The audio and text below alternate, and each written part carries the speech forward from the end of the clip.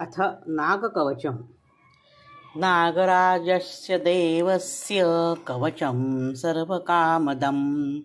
ऋषिः अस्य महादेवो गायत्र्यच्छन्द ईरितः।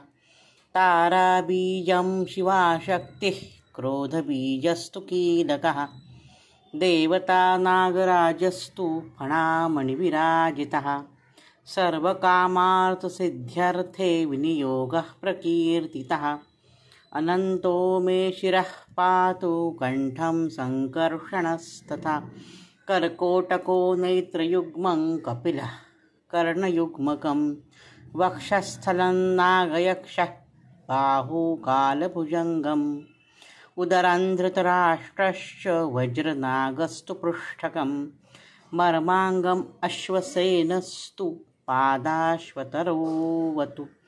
वासुकी पातु मां प्राच्ये आग्नेयान्तु धनञ्जयः।